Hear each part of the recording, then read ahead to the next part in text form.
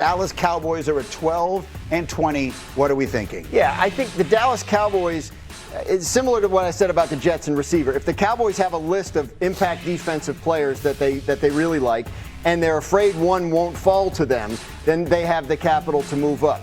I don't believe the Cowboys are eager to trade both of their first-round picks to move up, which is why I think the key element in Mel's proposed trade in his mock draft yesterday was Cleveland also sending back number 39 in the second round. So if you're Dallas, you're moving down from 20 to 39, and you're going up to get Sonny Styles, yes, Caleb Downs, one of those guys, Mansour Delane. If you're worried you're not going to have the opportunity to draft that guy at 12. Cowboys are a disciplined drafting team. I don't think they'll be reckless, but I do think they have their eye on a certain group of defensive players that they want to make sure they get one of. Agree. Let's not forget, just to add to what Graz is saying, they go from 20, their next pick is 92. Right. So I would be reticent to trade up, especially you're not one player away. That defense needs a lot of help, and that's a long time to go to sit there and see 72 players come off the board until you pick again. Let's talk about the player that we're talking about. Generally speaking, I think the player we're talking about here is Sonny Styles. Mm-hmm. That's who Mel forecast them moving up for. And again, at 6, I'm not an expert.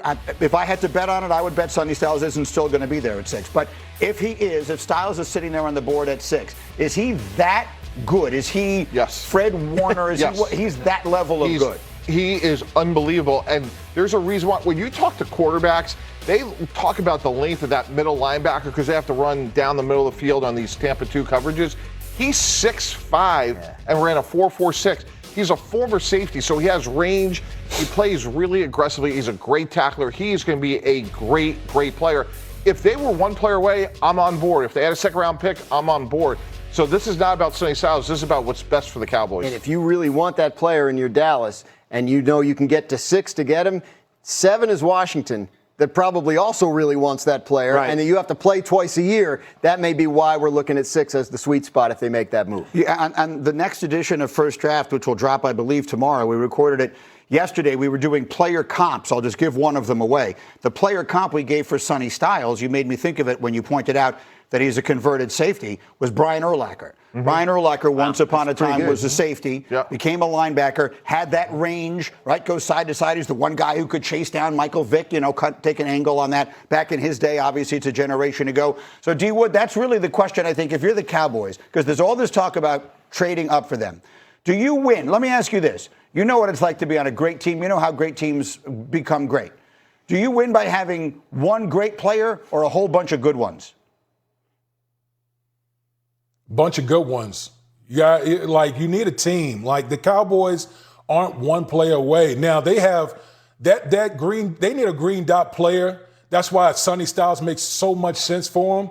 But if you I'm not giving up 12 and 20 to go move up. I'm just not doing that from the Dallas Cowboys. I'm going to sit there and take whoever falls to me. But if he starts to fall, now I'm going to go ahead and try to see what I can do to go get the guy. But man, like Sonny Styles he's exactly what the Cowboys need on defense, to be honest with you. Right, because he's a guy that would get everybody else organized, right? You're talking about a great player that could elevate the good players that you have on the defensive side of the ball. So, yeah, I get what you're saying about they're not one player away. That's why I think if you're going to trade 12 and 20, you've got to get at least one day 2 pick back in return. Yeah, I just think it falls off the cliff somewhere around 25 or so relative to like the sweet spot of this draft. Just a final thought to sort of put a fine point on it. I don't know if I'm asking my question well. How do you, when you're sitting in the room making these decisions, weigh, I can get one player who I think is an enormous difference maker, but I know I have a lot of needs. But if you look at teams that win championships, they tend to have like 1 or 2 guys around whom things are built. How do you determine the value of that one guy if he is this good as everyone is telling me Sonny Styles is? He's got to be a Hall of Famer. He's got to be able to score touchdowns. He's got to be able to sack the quarterback, or he has to be an elite, once-in-a-generation Darrelle Revis type when we traded up for him at corner. So that's the one thing, actually, Sonny Styles' box he doesn't check, even though he's a great player. So that's why I would be somewhat reticent to do that. He doesn't check the critical position because he plays off-ball linebacker. Okay, I'll be fast. This is a fun question as we reach the bottom of the hour. Everyone in the room is throwing around guesses.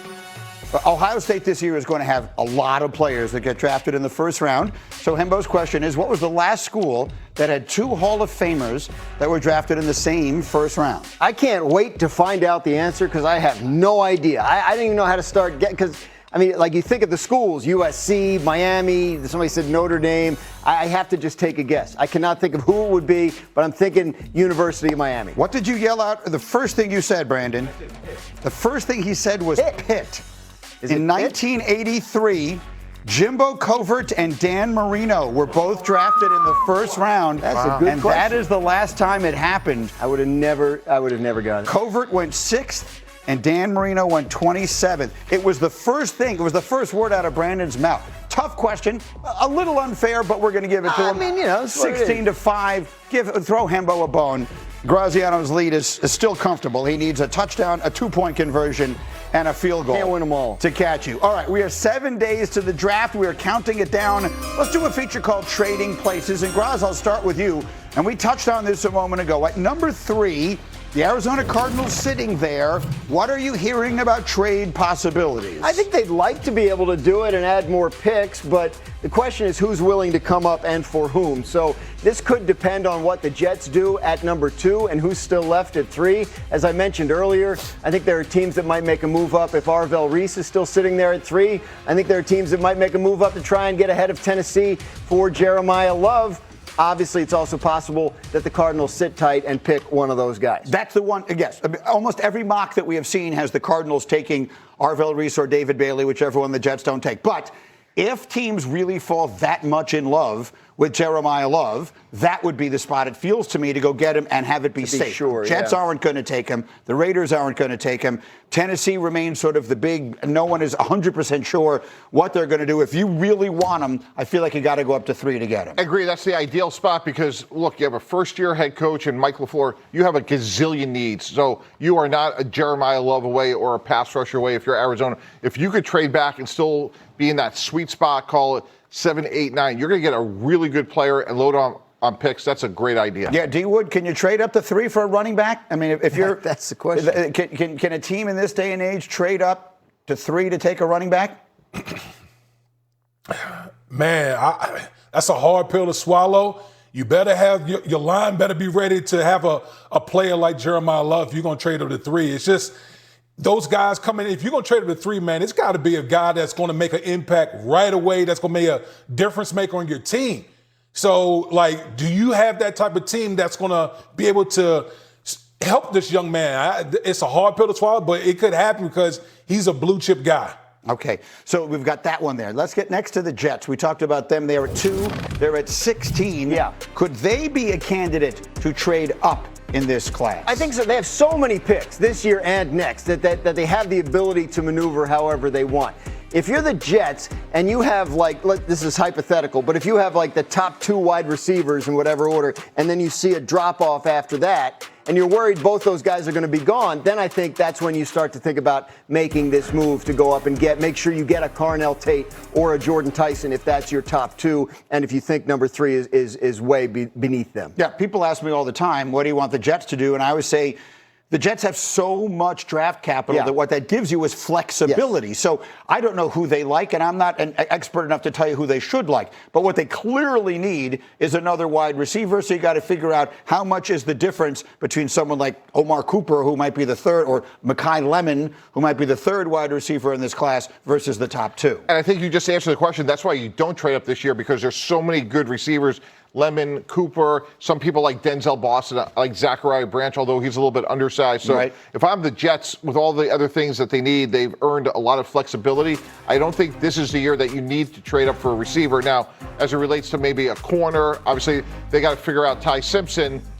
That's a different conversation. But somebody like Mekhi Lemon could be there at 16, and then they can save the draft capital. Now, D Wood, give me the dream scenario. You got the Jets have 2, 16, and 33. Let's just focus on those 3. Give me players or at least positions that you think they should go, and let's see if one of them is the wide receiver we're looking for.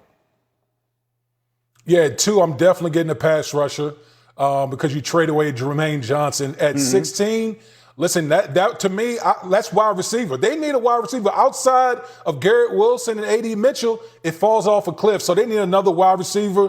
And at 33, Granny, that's like you can do safety. That's a prime trade down spot if you're the Jets right there, because we know teams at that spot will be looking to make a deal with the Jets. Can I add, dream scenario would be, I would say Omar Cooper at 16 and then trade up, take those 2-2s for Ty Simpson. Yeah. That's a dream scenario to me. If they want the quarterback, then If that's they what like you him, do. right. They need a receiver so badly. Again, for those who didn't follow it, Garrett Wilson was their leading receiver last year. His last catch came in early October. That's literally how bad it was. Graziano, the final one, and this is